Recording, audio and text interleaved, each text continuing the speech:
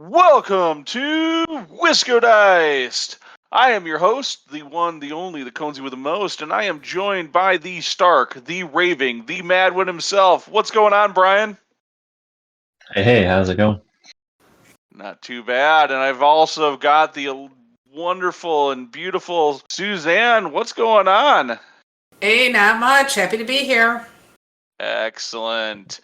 And this is episode 92 of the Wisco Dice Tabletop Gaming Podcast. Woo! Today is May 1st, 2022, and in today's episode, we're going to cover great games for groups of gamers. We're going to have an interview with surprisingly fun games, Sean himself. And in our hobby corner, we will catch up with any miniature painting projects we've been working on. But first, let's dive into the games we have been playing. And first game on the docket is a returning candidate from previous games we've been playing. But Brian, we have had so many games in the last 30 or so days, and that's the Batman miniature game from Night Models. Player count too. It's a miniature game, of course, so typically low player counts. Games typically take about 2 to 3 hours. We've talked about it a lot on this show. It's one of our favorite miniature games.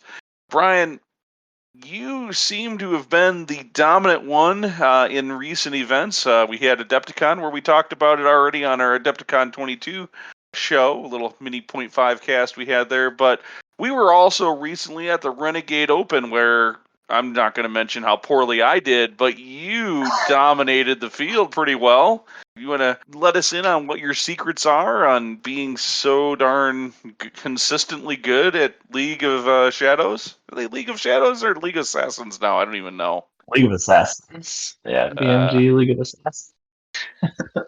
I wouldn't say I'm super dominant. I haven't properly won either of the tournaments, but I did pretty well both times. Yeah, my record was a little better at Renegade. I had 3 wins and 1 loss. I think I lost to the guy who ended up second place. I don't remember now if he was first or second, but either one. But yeah, I don't know why I've managed to come out pretty good. I think I have a really strong handle on my league list and league deck. I played my same Talia, pretty much the Bat Box, but instead of Cheshire, I bring Deadshot. It's been working pretty good for me. I have a pretty good feel for how the deck plays. It's kind of set up to not really care what the opponent necessarily does, as long as they're not interfering with me too much. And then I think most of my games at Renegade, I was having a pretty good job of murdering my opponent's models, which is kind of my main defense is offense. Just taking out their models, keeping them from just extra guys in order to score their points. So worked out pretty good. I ran into a couple more lists that I still haven't played. I got to play against the Cobra Cult.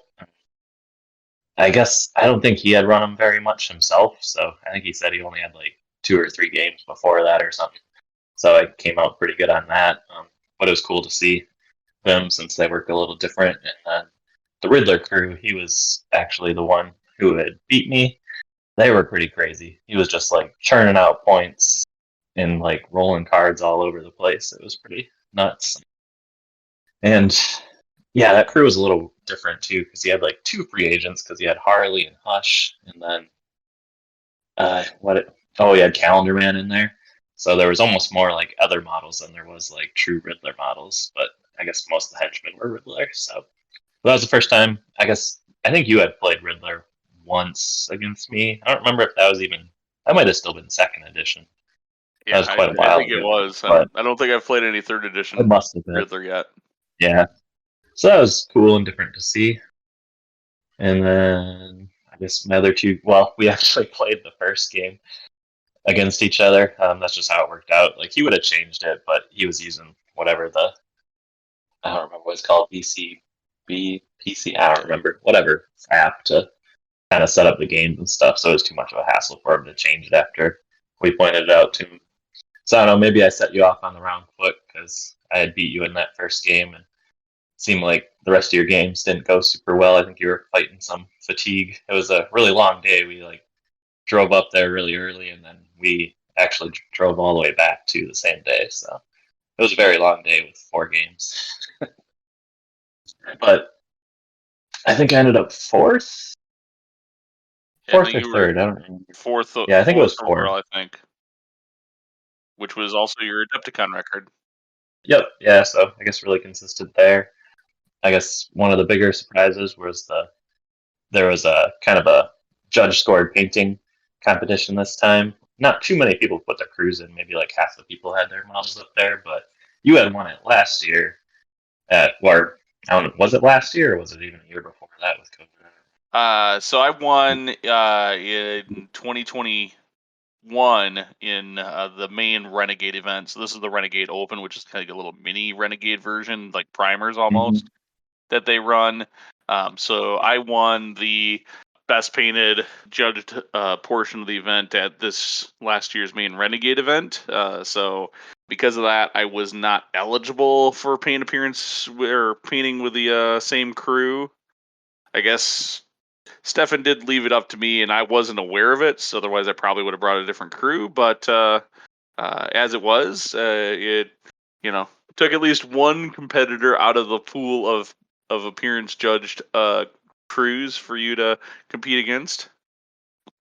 Yeah, no offense to anybody else, but I'm pretty sure it took the biggest competitor out of the pool, which, yeah, I don't know what the actual, like, I think they kind of had like a rubric scoring or something. I looked like the guy was running down, but that was pretty cool and surprising to get the best painted myself. So that was cool to walk away with that award. And Stefan always has lots of prizes, so kind of did the round robin prizes. I grabbed the Freeze bat box, so we got another crew to maybe hit the table locally here sometime. And I also grabbed was organized crime, like all the crew guides. I guess the leaders all kind of come in their own separate box, so you can kind of pick your flavor there. But I don't know, it was a good time like always. Considering organized crime is going to be in the new Batman 2-player box, that might be a great time to get a bunch of crew cronies for them. Yeah, that really clicked on me. Just like this week, I think I realized when they were showing some more of the models and stuff coming out. I'm like, oh hey, those are organized crime. So I plan to grab that box. So I think they'll fit right along in there to make a whole crew. Yeah, definitely. Yeah, no, my record at Renegade Open was pretty miserable. I had a great time, but I had 2 draws, 2 losses, so it was just not a day of successful Batman play for me. And yeah, I was dragging rear pretty good. So a lot of fun games though. I mean, I had probably the highest scoring result in a game that I've ever had. I think I scored 40 points in a single game, which is insane to think that. At that scoring, I didn't actually win, which just says something for the game. It was a draw, so 40 is a very hard mark to achieve, I think, in BMG, and that was, I think, the first time I actually got 240. So, but it's, you have to find a way to stop your opponent from scoring too. So I was a little surprised at the end to find out that he had 38 points. But yeah, otherwise, yeah, good day. I did have a lot of fun, and you and Matt played that following Monday, and it sounds like that game went pretty sideways for Matt. Yeah, I think he was fighting some rust a little bit, and then we're coming off like 8+ games we played in the last 30 days or so, I think. So Yeah, no. I did throw a couple new models in my list, but they kind of caught Matt off guard more than they were catching me off guard. So Yeah, it was just kind of a bad run, and it just didn't work out for Matt that time. So I'm sure he'll bounce back. hopefully we'll be able to get Suzanne to the table here soon and get her Birds of Prey back to the table and starting to get her edge to her gameplay back, knock that rust off.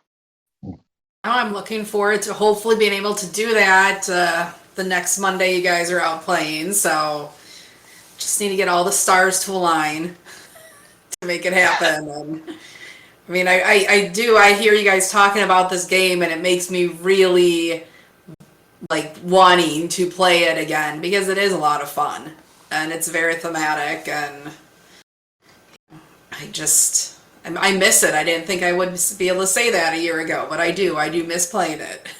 Well, hopefully we can sneak in a game maybe on one of these Mondays when we're not at Noble Night too, so you can get a little more practice under your belt. That would require me to be be up later than I normally am lately. I'm getting old. Wow. So why don't you tell us about this other fairly old but re-released game that's on our list for games we've been playing? Yes, so we have all had the pleasure of playing the new version of Libertalia. It's called Libertalia Winds of Galecrest. So the original Libertalia came out about 10 years ago. It's been a big hit for a lot of people. It is kind of hard to find. The original game was themed on pirates. This one has been updated, revised, expanded in little different ways. It is now you are captains of airships, and you are going to islands that are floating in the sky. So it does keep some of the pirate theme with it, but it's this updated, more fantasy version of it. You are going out searching, for adventure, treasure, and glory. And you are, competing against the fellow players to bring back the best bounty and treasure from these islands. And also keeping your characters alive as much as you can. So very similar overall idea to the original game, where all players have the same crew in their hands for each voyage, and then you pick which crew you are going to play in secret for each day of the voyage. One of the twists with this expanded version of it is that you start out with 6 characters, and the first voyage is only 4 days, so everyone has 2 characters that are left over, and most likely they are going to be different. So by the time you go through your 3rd voyage, you will have some similar but some very different characters. So you can't always guess what ones people are playing, and it's a lot harder if you have a large game to remember what everyone has played. The player count for this one also goes from either 1, you can play it solo, which I don't know that anyone here has done yet, all the way up to 6. So it's a great, larger group game too that plays fairly quickly, since a lot of it, the actions are quick. Playtime is 45 to 60 minutes. So unlike some other larger player count games, it is not going to take your whole day to play. I should mention that this is produced by Stonemaier Games. Also, so it's a very well done game. Going to go through a couple of more of the notable changes that those familiar with Libertalia, the original one, would see. Is instead of having a deck of 30 character cards, they've expanded it to 40. So just adding those extra 10, you're like, oh, it's not such a big deal, but actually it is. It's really kind of cool, some of the new abilities that are on there. Your tokens or the loot are now double-sided, so you do not hide them. So everyone can see what you have. There is really nothing hidden except which the crew members are in your hand. We talk about leftover characters are carried over from each voyage, so everyone's got a slightly different hand. And then to break the ties, so if 2 people or more play the same crew member, how to determine which one is, placed higher than the other on the ship on the game board. Now there is a reputation track that rotates that can break those ties and also change how much loot you are getting at the beginning of each voyage too. The discard pile is called the graveyard. So when someone kills off a member of your crew, you get to bury them in the graveyard. Fun thing with some of the cards though, and some of the loot tokens, is that you can interact with these graveyard individuals. You can bring people back from the dead. Not giving too much away, but there is a necromancer crew member that you can play to do that with. And also with your loot tiles, in previous Libertalia, everything's got like the same ability on it. So now on the board where the loot is, so if you have a saber, there is the nice sunny side, calm, I think it's the calm waters, or you can flip it over to add some variety to a more combative side where there's a little bit, you can increase the player interaction, it can increase the backstabbiness with each other. And then you can mix them up to have some a little nicer and some a little more cutthroat. So that adds a little bit extra replayability and changes it up depending on the group that you're playing with. Like if you're playing with young kids or people that maybe don't like to have someone directly attack them, you can play it a little nicer. And if you want to be more cutthroat, definitely flip those cards over. So standard, most gold at the end of the game wins. So you're just kind of trying to collect that and keep that. So that is the basics of Libertalia and what has changed on here. And I know Ben's played it at least once, and Brian's also played it at least once. And I think you both may have played the original game. What are your thoughts on this updated version that Stonemaier put out? Yeah, I have played each version one time, I think, now. I definitely like the gameplay of the new version better. Like, I think everything they added was really kind of an improvement and expansion on the original.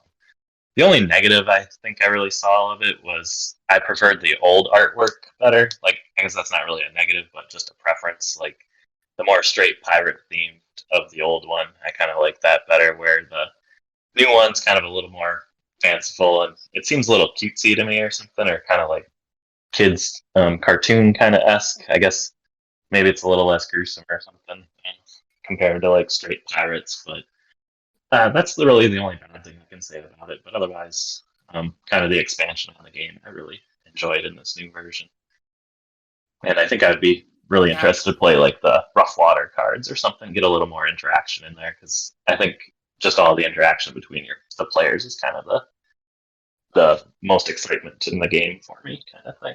So. I definitely agree with those comments. Yeah, no, I very much think this game mechanically is a much better game than its predecessor. It's corrected a couple of probably the larger complaints with the predecessor, particularly with the I don't remember what the track was, the reputation track or whatever it was, where you're controlling where you break, you have your tie breaks, being able to manipulate that versus having it just printed statically on a card. That said, thematically, I definitely like the original Libertalia. I felt very removed a bit when I played it the first time, and I want to play this new version of Libertalia again, but I did feel like I just didn't feel as immersed into the actual game or the narrative that was kind of going on, or the silly, the silliness that the captain was being, maybe murdered by the, whatever the character card and opponent had played or whatnot. And I definitely want to play this game in the future on the rough water side, or a mix of rough and calm, because I think the calm was just it was not very interactive at all. It didn't really. I didn't feel like I had as good of a original Libertalia experience with it from that point of view, because original Libertalia is much more cutthroaty and backstabby. But yeah, if you wanted to play with your kids or something like that, the calm waters would be nice and calm for them, so you'd have less screaming at the table, I guess.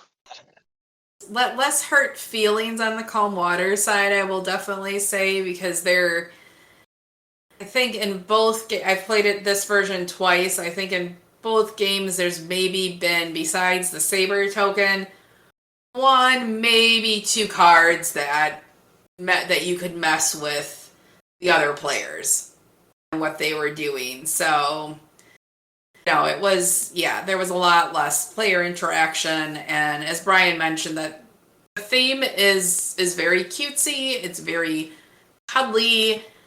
And it also doesn't really come through because so much of the loot was piratey, but the airships, it just, a straight pirate theme probably would have felt better, even if they are redoing what was already a pirate theme. So we talked a little bit about it thematically at the end of the game when we played it the first time, and I thought this game would have, instead of going the direction that they did with the kind of artsy fartsy animals and airships, if they would have, which doesn't really come across at all, if they would have taken it maybe to a sci-fi theme, where it's like spaceships and maybe each day is instead you're exploring a new planet or something like that. I think that thematically could have done a whole lot with it.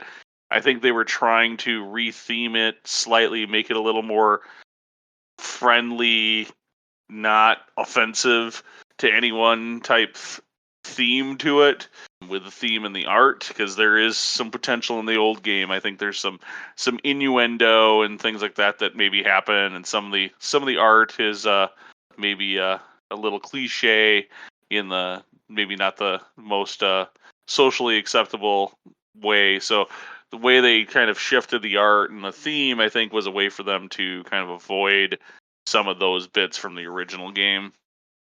But yeah, I think for me, the original game, that immersion just was so much better. This just, it felt like a theme that was kind of slopped on top of the original game. But it's still a fun game. Libertalia is great. So if you haven't had a chance to play the original Libertalia, this is a great way to add it to your collection or get a chance to play it. So yeah, and this is a great game for game night. You have a bunch of people, and if you want to get through 2 games, and you want to get through a game as a bigger group, so that definitely works really well for this. Yeah, that kind of plays to our theme for today's episode: larger games for larger groups. Yes. So yeah, but that's definitely. I will play this again. If someone brings this out, I will play it again. I'm just not going to run out and buy it. Yeah, I think there's enough copies floating around in our game group. We don't need to buy it. So for all of the games we talked about, go to wiscodice.com for links and pictures and images of those games and gameplay. So we'll make sure to include that in our show notes for that release with this episode. But with that, let's go ahead and dive into our hobby corner. And both Brian and I have been working on some Knight Models hobby work, it looks like. So I'll go ahead and start. I actually finally have a painting hobby desk, which I haven't had in months. And so it's super awesome to be able to sit down and do some painting. I still need to maybe work with the lighting a little bit, but I actually did get the Penguin Lieutenant for my Penguin crew actually painted and ready for the table. And then part of my preparation for Renegade Open was I wanted to have some suspect markers that were not the ones that came with the Back to Gotham box, because I only was bringing the one set, and if I ended up with an opponent that also only brought the one set, we'd be in real trouble. So I made sure I brought... Knight Models has a pack of suspect markers that are unique to the Joker crew, and so I picked those up and painted up everything that I needed. I don't have all of the tokens that came in that completed, but I do have the vast majority of them, and all of the suspect markers and the stinky fish or the poison fish tokens painted up so that I can use them at the table. And they look really cool, and I was really happy to see them on the table. And it was like, I don't think anybody else had them, and I actually got asked a couple of times where I got them from, which was pretty cool as well. So looking forward to getting some more stuff painted here soon. I've got another model for the Penguin crew that's about half finished, and hopefully we can, as time goes on, I'll be able to work on getting some more painting done. So that's what I've been working on. Brian, what do you got on the painting table? What have you finished up? So yeah, I was kind of coming off Adepticon and pretty inspired for some more Batman. So I had previously kind of put down Raish. I had started before Adepticon, but then put it aside. I just kind of switched to something else for a bit where my interest was. But after Adepticon, I came back to it. I busted Raish out pretty quick, and then Ubu, I wanted to join in crew with Raish, so I had moved on to him.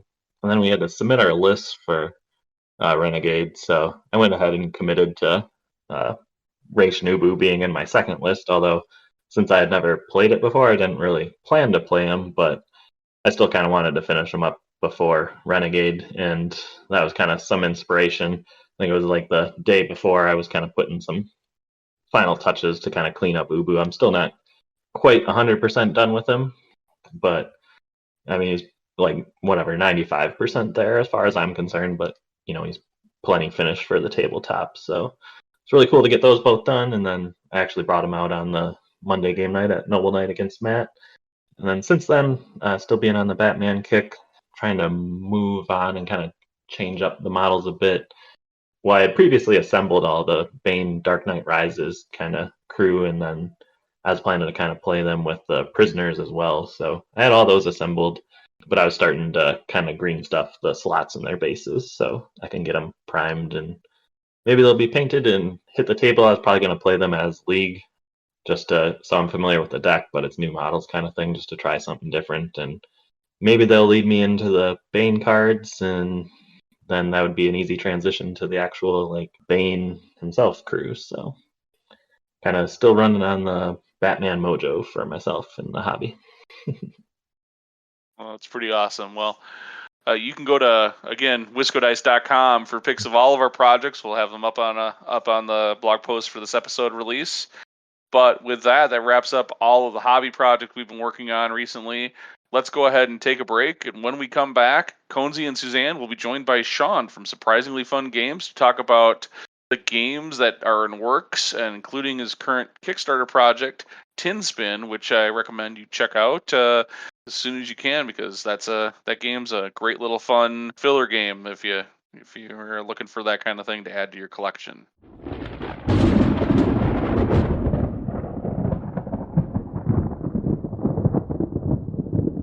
All right, and we are back, and we've been joined by Sean from Surprisingly Fun Games. How's it going, Sean? Hello, it's doing great, doing well. How are you folks? We're doing excellent. So, what can you tell us about Surprisingly Fun Games, the company that you're a part of, and who is Surprisingly Fun Games, anyways? Who is Surprisingly Fun Games? So Surprisingly Fun Games is myself and some artists who I contract with, but primarily I wanted to create more family-friendly and more what I call gateway games, right? So games that you can play with maybe some of your non-board game friends that then may become like your board game friends. And so I really try to create either fun, fast games or games that are approachable but that have deeper strategies that are sort of hidden so they won't overwhelm new folks, but seasoned board game people will be like, oh, when I play again, I'm going to do this thing different, or I'm going to try this more. And so, yeah, I think that's my MO, that's my modus operandi. And all right. So, and what games are you currently working on that fit into these categories? Yeah, absolutely. So, well, Tin Spin is a fast game that involves dice spinning. I believe it's the only board game to involve spinning dice as a mechanic. But that's actually up on Kickstarter right now. And then the other one is called Mischief at the Museum. And that is that's definitely in that gateway game category because you can play with pretty much anyone. I've played with kids as young as 6 or 7 and folks as old as 80 and hardcore board game people who play Agricola every week and also people who Monopoly is what they think of as a board game. So that is that's a larger game, Mischief at the Museum, but it's good. Yeah, we've had a chance to play both of them, and in particular, Tin Spin. Thank you so much for sending us a copy. We really appreciated it. We personally found it a nice light game that we can travel with, take it over to the whatever the game night is at the pub or the bar, or we can get together with our daughter. Like our first game was with her daughter, actually. We got to play it, and it was a lot of fun. We're all laughing, and the dice were flying everywhere as we're trying to spin them, and dexterity on trying to spin a D4 is an interesting challenge there, but or that rocket ship dice that's included in that. Oh, that thing is miserable to try to get to spin, but maybe there's some secret trick to that. Definitely a secret trick to the rocket die. If you get that spinning on its nose, that's the best way to get that spinning. But the D4, yeah, I've only met 3 people who can spin the D4 reliably, and I am not one of them. The way the game is balanced, there's sort of you can roll or spin. And so if you get a 1, 2, or 3, you get a golden cube, which is the goal. But basically, yeah, based on the die, you're better off either rolling it or spinning it somewhere in the middle. But yeah, anyway, it is great to bring places because it all fits in like a tin, right? It fits in sort of a mint tin sized form factor. just put it in your jeans pocket as you're going places. And like we were playing with our daughter, who's in her 20s, and you can just sit at the kitchen table or the basement bar and just pull it out, and it doesn't take up any space. So, what were you kind of shooting for when you were creating this game of Tin Spin? Great question. So I definitely wanted something small that you could bring with you. I always say that the best games are the ones you have with you to play. And with Tin Spin, I actually made the original version of it many, many years ago, like 20 years ago, actually. And I was looking for interesting ways to use dice. And so, spinning dice, I like spinning things, coins, dice, whatever. And so I found that the different dice had different properties. But I sort of just had it as its own little thing, and I just sort of played it with friends and family over the years. But then when, I've been working on Mischief at the Museum for some years as well. And during the pandemic, I was having some issues. My first illustrator sort of was a little overwhelmed and had to bow out. So then I was getting a second illustrator, and then his family expanded in a good way, but that also took time away. So I was like, gosh, I'm hitting these sort of art speed bumps with Mischief at the Museum. What if I dusted off? Yeah, what if I brought back Tin Spin? I could probably get that out quick. And honestly learn a lot, right? Because Mischief at the Museum, it's a bigger game, more to produce. It's going to be a bigger Kickstarter. And so I figured I could learn a lot by doing a smaller Kickstarter. And Tin Spin seemed to fit the bill. So I started testing that actively in October of 2021. And then just launched it, a week or so ago at the time. But so yeah, learning experience, fast, fun game. A lot of good things. Yeah, so that was a quick turnaround for launching it, though it had been technically in production for, it sounds like, 20 plus years, where it was the at-home game that, it's this nice family thing that secret for your family and friends that now you're sharing with the world and getting out to Kickstarter. So that's pretty cool. I was gonna say, and you've got some great videos related to how to play it also, that if you don't want to read the rules, you want to just show everyone, they can watch it in a minute and do that. So was that, part of the whole making it easy and accessible to people, it seems like, a little bit?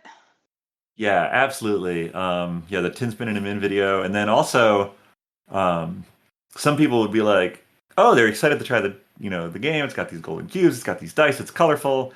And then they're like, oh, I need to spin dice. Oh, I don't know how to spin dice. I can't play. And it's like, no, actually, you can, because, especially some of the dice, they're very easy to spin. And so I have a, how to spin dice tutorial video. There's even like a little rectangle of the rules is devoted to like how to spin dice, because it really it's fun, and it's a physical skill that you can get better at the more you play. And so yeah, being able to like get people into the game. The last time I played it was actually at an engagement party, and so it was like dessert, and like they had people were done eating dessert, so the party was pretty much over. But I busted it out at a table, and we played on the dessert plates as the spinning surface, because the tables had tablecloths. So we each had our own dessert plate. But I taught them this play in like less than a minute. And yeah, so you pretty much play it anywhere. Yeah, that is awesome. And I've been watching that how to spin video because I am one of the people that does not know how to spin. All right. Conesy, on the other hand, Ben, you are an expert spinner compared to me. I would say some of the best moments with this game are probably when the spins go horrifically wrong. Maybe not too horrifically, but the dice goes flopping or spins in a way that catches somebody off guard, and then goes flying wherever, and you have to go, as long as you don't have to spend too long finding it. But that was where we were getting the best laughs, because I would get a good spin going, and then on a couple of dice or whatever, and then all of a sudden I'd get one that go flying crazy, and everybody'd be laughing at me and making fun of me, and it was just all a good laugh. It was a good time. So what inspired you to create the game Tin Spin? It seems different besides just spinning dice. Was that just spinning dice, or was there more to it? Tin Spin what became Tin Spin started as as a school project actually for a class, and the task was to make a dice game, and so yeah, I wanted a different way to use dice. Like obviously, rolling dice is always a great random number generator, and it has that in it too, right? Of course. But then I was like, well, what else could you do with it? And sort of, it just stemmed from that, right? It's just a fun thing. And yes, like you can learn and get better at it. And there's not that many. There's some, sort of flicking style games that you can get better at, physically, hone your skills at. There's not a lot, and I was really excited by that aspect. Because you're right, like people definitely start off like the dice go flying everywhere, they run to the cubes, it's just chaotic fun. But then yeah, like you can get to the point where, and that's the other thing, right? You can just sort of practice spinning the dice whenever you want, right? You don't need to be playing a game to practice spinning dice. Yeah, it's like one of the. It itches that fidgety thing that like people like to fidget with things, right? Spinning dice Yeah. definitely solves that itch too. Yeah. And the amount of time I spent in the dungeon master's chair trying to corral my players into not spinning or stacking or doing something disruptive with their dice, and now you gave them a game to play. You play right before the session, before everyone's arrived. It's a quick game. You get it all out of their system, and then they're ready to focus and role play. Yeah, hopefully. Hopefully. So, Sean, what got you into game design? I wish my school gave me a project to create a game when I was in school. But what really got you into game design? What made you decide to take that to the next level?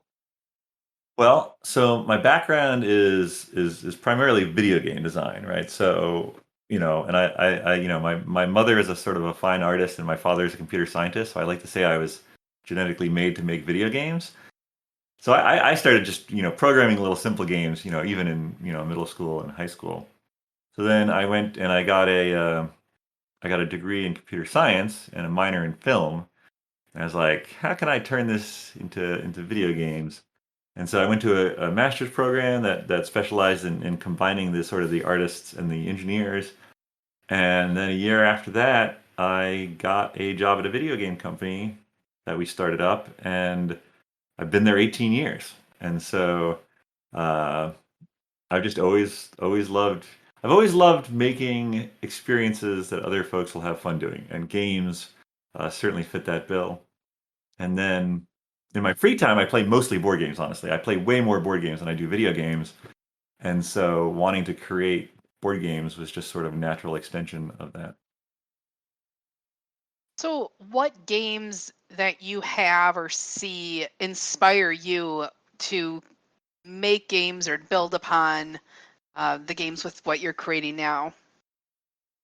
Gosh, I remember when I first saw Azul, the tile game, mosaic game. I was at someone's birthday party, and they didn't get it at that birthday party, but they had it on a shelf, and I was like, wow, look at that beautiful game, and like so tactile, right? All those pieces, and just that's another game with it's very approachable. People love the art of the box, they love the pieces, but then there's deep strategies there, right? And again, it's like I think Azul is a great gateway game. A lot of the people that I've played board games with are sort of lighter. They're not quite so hardcore, and so finding games that they will enjoy as much as I do is important to me. And so yeah, games like that I definitely seek out and try to make. Very nice. So, what other games you mentioned? This game, the Tin Spin, is out on Kickstarter now. Yes. And you can go to tinspingame.com, and that'll redirect you right to it. Tinspingame.com. Tinspingame.com, and we'll make sure we put that up in the blog too when this episode releases, so people can get right over there, get their orders in. And then you mentioned Mischief at the Museum, which Ben and I were very fortunate to play test at Gen Con last year, which was a ton of fun. It was surprisingly fun also. So your company name fits your games for me so far. Is there anything else you have upcoming or any planned timeline right now, loose timeline with Mischief at the Museum to come out? Yeah. So you mentioned you played it at Gen Con. I'm taking it to Unpub this month. Origins the month after. Techo, which is a con in Pittsburgh after that. So definitely still working on it. The plan there is take it to as many conventions as possible. Keep building that mailing list. Surprisinglyfungames.com, Mischief at the Museum.com. They all go. You can all on the mailing list any way you want. But yeah, the plan is to take all the lessons that I've learned from Tinspin's Kickstarter and hopefully roll that into Mischief at the Museums next year. That is the goal. And then as far as after that, I do have an idea, but I'm like resisting the urge to work on that because I know I need to finish what I'm already working on. But definitely hope to be doing this for the foreseeable future. Very exciting to me. That's really exciting. Pretty aggressive to get a Kickstarter out this year and then hopefully another one next year even. So that's Well, awesome. yeah, I mean the Tinspin is a fairly simple game to produce. I've got the printer lined up. I've got the quotes. We're ready to go. Any modifications that come out of because there are ways with the stretch goals for the community to sort of help shape the design of some of the modes of Tinspin. But barring that, it's pretty much ready to go. So yeah, that is my plan. So can we go back to Tinspin real quick and the Kickstarter? So the stretch goals. I saw those briefly on the Kickstarter website. Yeah. I didn't absorb them very well. So what are the stretch goals? There's some mystery die and potentially, I know we're not up to that level yet, but No. what are the cool things that might hopefully be coming out with it? Yeah. So the base game. I have it in my hands, but yeah, the base game is you've got a tin, you've got these sort of 6-player die, and then the swap die, which tells you how to move them, and then you've got the goal, right? The goal is to get these golden cubes. So you get one of their golden. It adds like different play styles and different modes, and then the next stretch goal is the pouch of protection. Definitely a D&D reference there. Protects you from the keys of scratching. But basically, anytime I put Tinspin in the same pocket as a hard metal object, I want to have it in this. It's just sort of a velvety type bag. Um, but get a nice silkscreen logo of Tinspin on there, and so that's a good. And everyone will get these stretch goals. And then yeah, the biggest stretch, and it is a stretch because it is more cost in designing it and also producing the physical mold, the injection mold. There's a large upfront cost for that sort of thing. But that would be the community design dice, right? So, I've made these dice that I know work well, but I would love to, through live streams, through surveys with the backers, let's create another dice, right? Like I'm thinking a 5-sided or a 7-sided die to sort of get it in that versatile, could be good spinner, could be good roller, but like also like different shapes, different properties. Again, the physical nature of this game, like when you spin the rocket die on its point, it spins for a while, and then when it starts to decay, when it starts to fall over, it just starts going everywhere, which can easily knock over someone else's die, which is all totally part of the fun, right? And so maybe there's some dice shape, right? So I've got like acrylic resins and silicon stuff, so we can like model a die and like make a couple to test it out. So I'm very excited about that. But that's a larger stretch goal. But we'll see what happens. So you got a little bit of time yet. So hopefully we can get up Yeah. there Oh because yeah. that would be really neat to see what the community comes up with Yeah. for that goal. Yeah. I'd And love to if get they people involved. don't, then I'll Hey, just have to make there's one on always my own. expansions. Always expansions. Don't There worry. you go. Yep. There you go. I will say, like this game is such a fun game, and it's not a huge investment to back, so there's no excuse not to back this project. And it's Sean, we hope you nothing but the best for surprisingly fun games in this project. It's one that we personally have taken the time to back, and we will make sure that we are spreading the fun of Tinspin to our friends down the road here in the future when we get our extra copies. I love there's an option in the backing. You can actually back to just get extra copies so you can Yeah. spread the fun and share. That's gift it. It's a great gifting game as well. Well, I really appreciate you folks talking to me when you're a joy to talk to at Gen Con. You're a joy to talk to here, and yeah, awesome. Yeah, no, keep us in touch whenever anything else comes out. We'd love to hear about it and let everyone else know that that listens to the show. Sounds good. All right, and with that, we'll go ahead and take a break. Thanks so much for coming on. Is there I should say, right before we go to break, is there anything else, Sean, that we need to know or plug about TinSpin or any of the other things that you have going on? I mean, absolutely. I mean, you can go to surprisinglyfungames.com and get on the mailing list. That's where you'll find about all the conventions. Mischief at the Museum, I have both ported to Tabletop Simulator and Tabletopia. If you want to play that, I can open up a room. We can play together. It's not on there full time yet because I'm still, tweaking some things. But yeah, just sign up on the mailing list. That's probably the main takeaway. Again, thank you so much for taking the time today. We really appreciate it. When we get back from break, we'll dive into some of those great 6-player games that everybody needs to play that aren't necessarily just party games and other types of games that just fit that when you have a larger game group.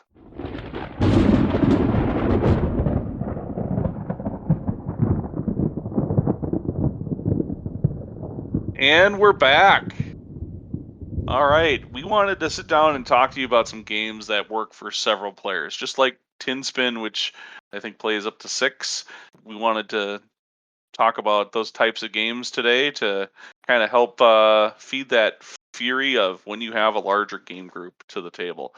Of course, there are a billion and one social deduction or party games that we could have included in this list easily, like games such as Secret Hitler, Werewolf, Two Rooms and a Boom, but those are the easy options. We wanted to dig a little bit deeper and, let's say, find a game that has a little more substance to them.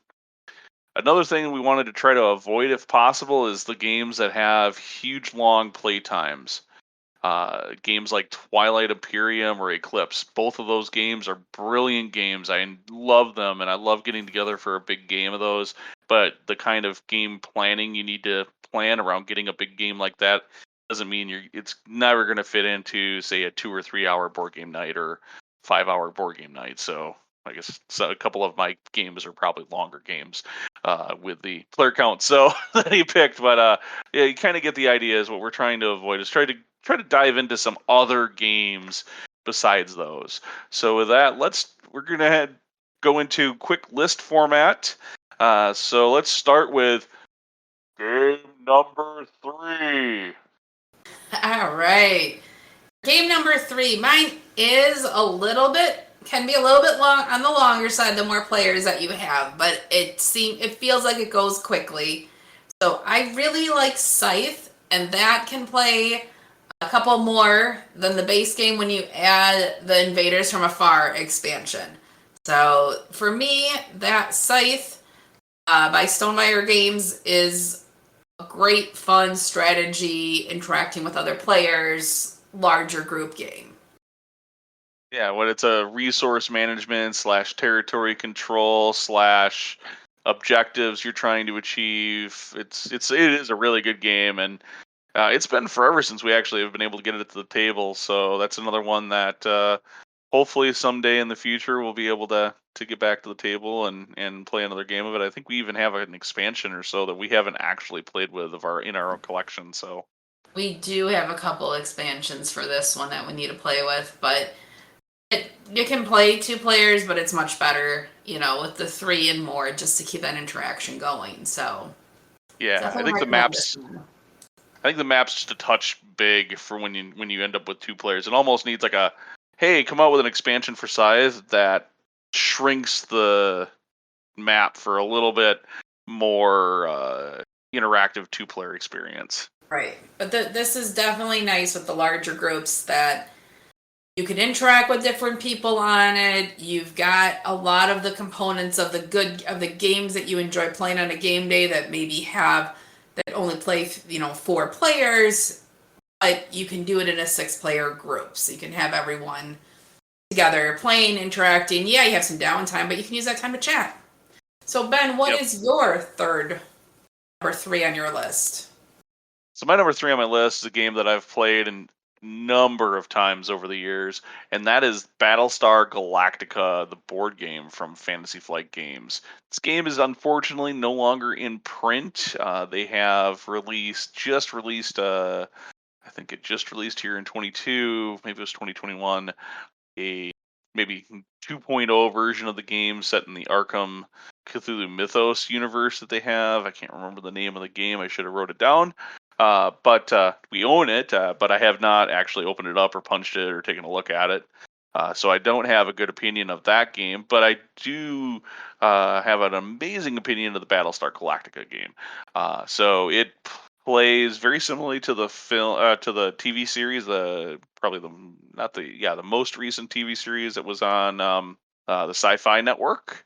And during the game, you will have a series of times that you will need to jump the Galactica ship and the fleet of civilian ships that are around it, trying to find a new home for humanity away from the Cylon threat.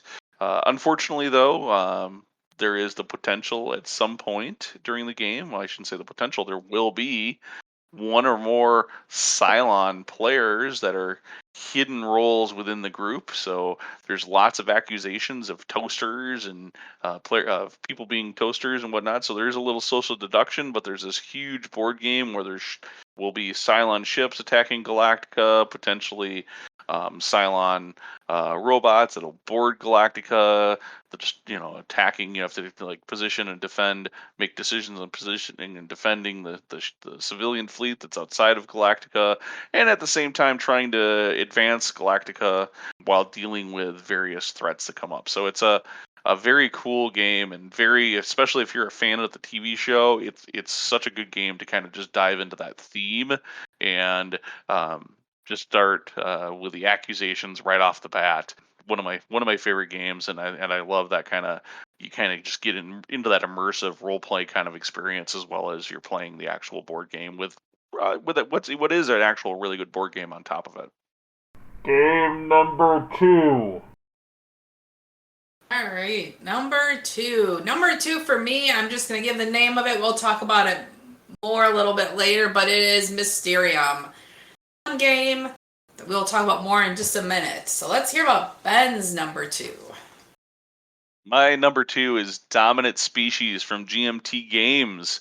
So Dominant Species is I think plays up to 6 players, where you take on the role of one of the various types of flesh and blood critters, whether it's insects or reptiles or amphibians. These are all land-based critters, all the way up to mammals. So there's these 6 different general types of creatures that you can be, and you will go through a planning phase where you will take it in turn, selecting different potential actions that you will want to take during the resolution portion of the turn, and those actions will be to gain control, add more of your species on the board, potentially glaciate the board, which is a destructive thing, and will almost always get somebody to groan. At the table, you will do things that will claim additional cards, which will give you bonus abilities that are potentially break or modify the rules slightly. Not necessarily things that you will keep long term. They're one-time effects typically. Then ultimately you'll be able to choose areas of the board where you are dominant as scoring to score and score points that way. So there's lots of different ways to score. It's a little bit of a point salad, I think, as far as game, but it's a very competitive. It has a lot of heavy player interaction, but it's just a great game where there's board control and action selection and worker placement and so many different mechanics all coming together into this one game. That's Dominant Species from GMT Games. And I'll say I really enjoy this game also. And it's one similar to Scythe that plays better at a little bit higher player count. Because you want that player interaction.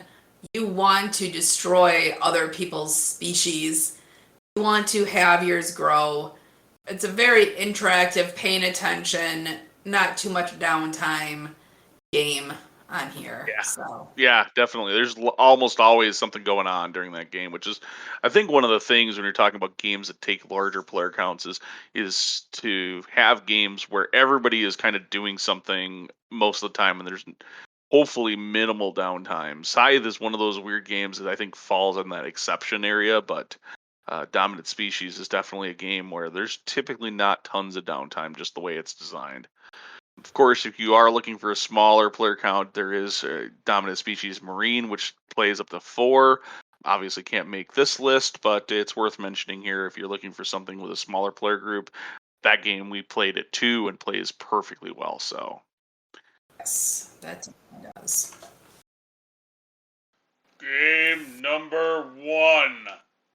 All right, number 1, my top number 1. I would love to hear if anyone else, this is their favorite group or game to play with a larger group.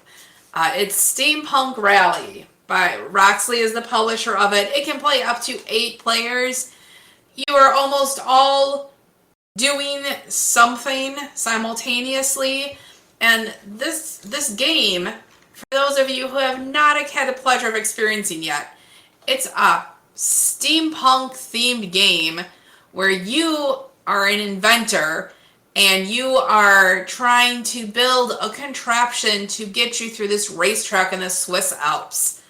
And while you are creating this, you are using dice to power it up. So you are drafting and placing dice, and then you're also drafting different cards to create this invention that is going to fly, drive, swim, whatever it does through the Alps. And as you are going through it, things will happen and parts of your contraption will explode, and then you'll lose different pieces, and then you'll gain them back, and you're never completely out of it. The player interaction is somewhat minimal, so it's a little different than the other ones, but you would just get to create this fanciful machine, see what other people are doing, laugh, have a good time.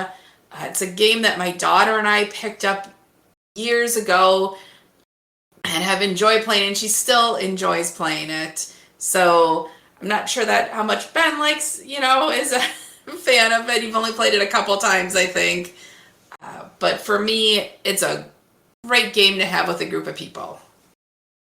Yes, Steampunk Rally is a lot of fun, and there's Steampunk Rally now Fusion, which is a successor game to it, which is a standalone, but also can be combined with the original Steampunk Rally game.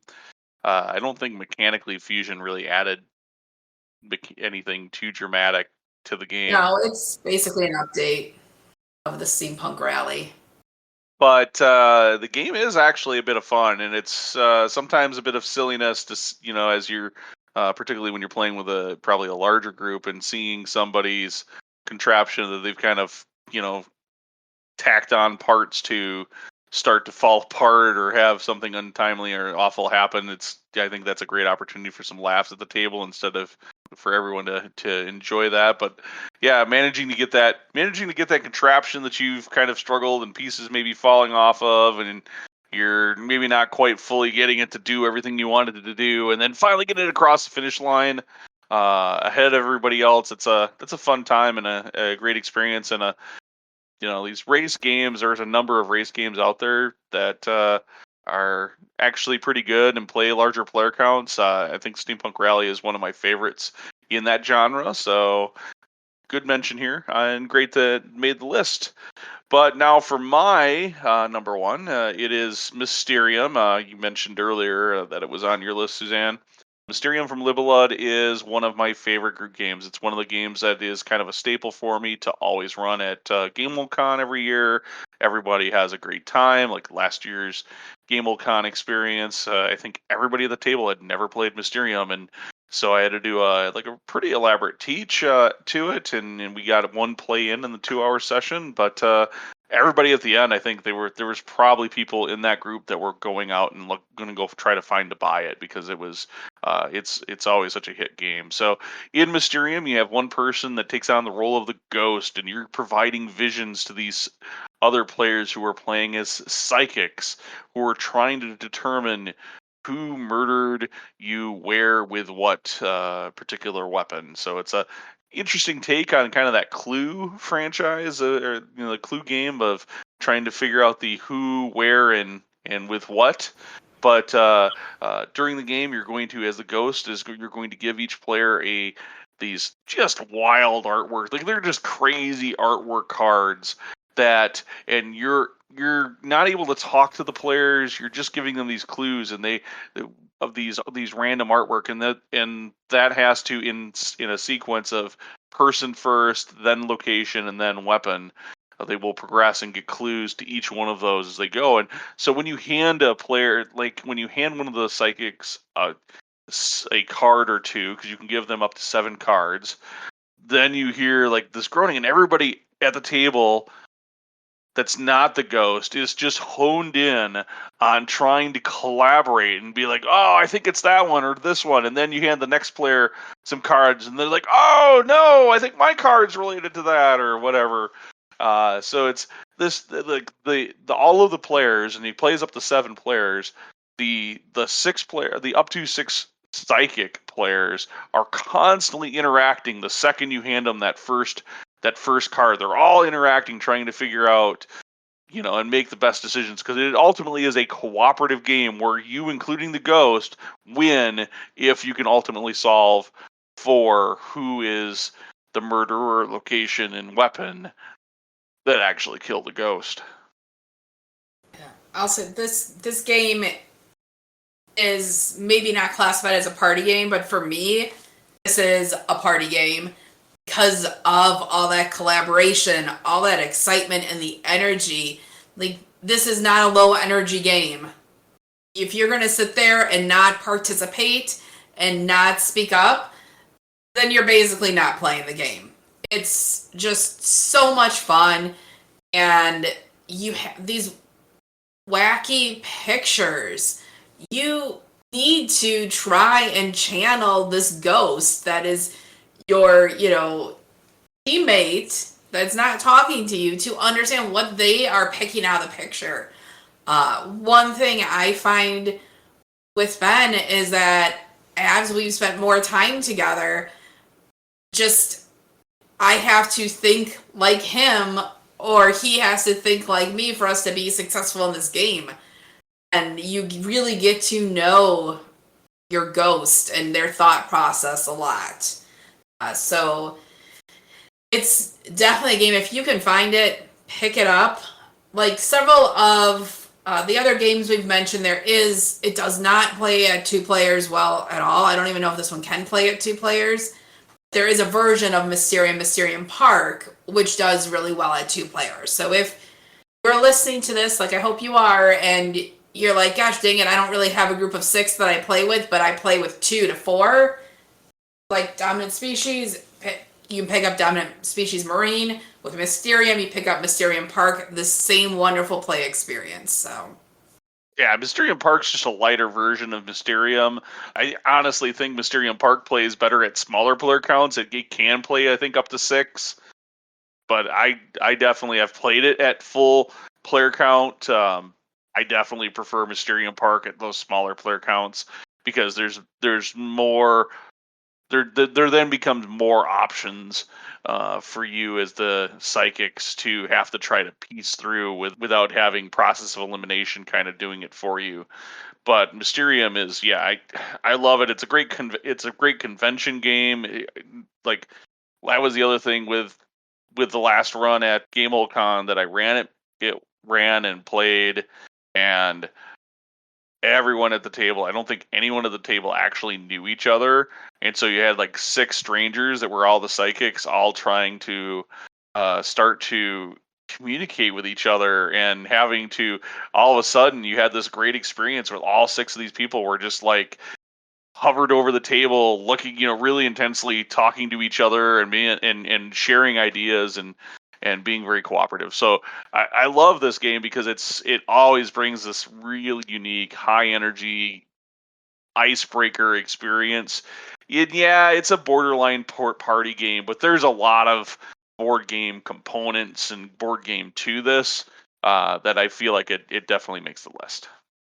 So One thing that I have noticed with these games that we are talking about, what we like in these larger player accounts is to make sure there is player interaction. There's player interaction and there is very minimal downtime. So there are other games out there that can play larger groups, but we don't have them on our list because you do end up sitting there and staring at your phone or staring at each other or timing the other person's turn because you are waiting for, 15, 20 minutes to get back around the table to you. So I think when you're looking for, my takeaway, when you are looking for games that play the 6+ players all in one game setting, make sure there is some interaction among the players and there is little downtime, whether it's simultaneous play or just you need to be paying attention to adjust your gameplay to what the other players are doing. So I don't know about you, Ben, what your general thoughts are with 6+ player games. I think the key here with games like these are a limited downtime. Like I really enjoy. There's a game I think that's Caverna. That is a very popular game, and I enjoy other games from that designer a little bit more than I enjoy Caverna. I think Caverna is a little bloated as far as components and options and things like. It's just too much, in my opinion, but I do enjoy the game. It's another one of those ones that plays large player counts. But yeah, when you play large player counts, you have a huge downtime window, particularly if you have a couple of players that have even a little bit of analysis paralysis on their turns by the time it gets around, all the way around the table, so that you can actually do your worker placement piece of it. But another great game that was an honorable mention for me here that actually we own, it's in the collection, but I don't think we've ever played our copy of it, and that is Viva Java, the coffee game, and it's another great game where the rules are not horribly complex and it's easy to teach. It's I think another big thing that's really nice for these larger group board games. But it does a really good thing because it has like some individual stuff that you're doing, but then you kind of, because of the individual choices you do in like the first phase of the first portion of the game, then the second portion of the game, it kind of groups you up into teams. And so now and that will shift every round of the game that shifts. So you might make, oh, hey, I need to go here because I need maybe a black coffee bean versus a white coffee bean or a gray coffee bean or whatever. So you go there as your personal decision. Well, then the other people that went to those regions of the world to get their different colored coffee beans, they're now in a group with you. So now your group is now trying to make a decision on which coffee to brew based on, or which coffee to manufacture and take to market based on the beans that you all have together. So it's a really interesting kind of mechanic that kind of takes that.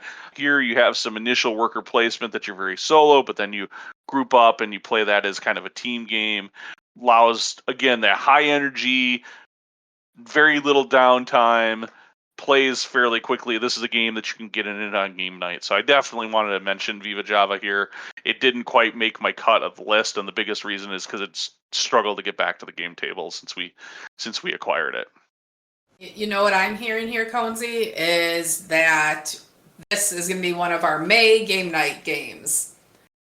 Because we'll see. I do not like having games in our collection that we have not played. And I've not played this one, and now that you haven't, it's going to need to get unwrapped and punched and played, so... I think we actually picked up our copy used from Noble Knight, so it might already be punched. But there's a small collection of games that we also have that are starting to show up, Kickstarters and whatnot, that we've backed last year that are starting to show up that may get us a little excited precedence. But yeah, this will be a game definitely on a night where we just want to get everybody to the same table. Easily we can knock out a game of this without feeling like everybody has to immediately rush off and after the game, because even at 8 play, I think it plays up to 8. Yeah, I think it plays up to 8. Yeah, you can get a game of this pretty easily in like a 2-hour mark, I think, because of the way everybody teams up and and whatnot. And then the worker placement piece of it is relatively light. So it's a light but actually complicated game at the same time as far as strategy and trying to end up being the winner, because you ultimately have an individual winner. All right, that is games that we think are great for larger groups. Of course, if there was a game that you thought should have been on our list but didn't make our cuts, feel free to let us know. We'd love to hear what what games you think are awesome at these larger player counts. We also then had an amazing interview with Sean from Surprisingly Fun Games. Make sure you head out to Kickstarter to back his current project, Tinspin. It should be, when this episode releases, should be near the tail end of that actual project's run on Kickstarter. So give it a check. Make sure you check it out. Suzanne and I loved it when we had an opportunity to play it. Then we talked about our hobby corner, which was a lot of hobby work on Knights Models Batman miniature game for Brian and I. And we talked about the games we've been playing, which included that Batman miniatures game that Brian and I and Matt have been playing a lot lately. But we also talked about the new version of Libertalia from Stonemaier Games. So many games in such a tiny little episode. It's been a whirlwind. So with that, we're going to go ahead and wrap things up. Thank you so much for listening.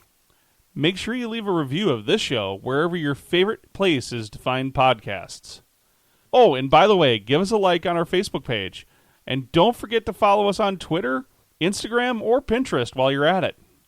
If you haven't looked recently, make sure you catch up on the blog at wiscodice.com. Hey, Brian, what's that site? Oh, darn, I forget. Justin, what's our website again? wiscodice.com. That's right, it's wiscodice.com. And until next time, everyone, peace out.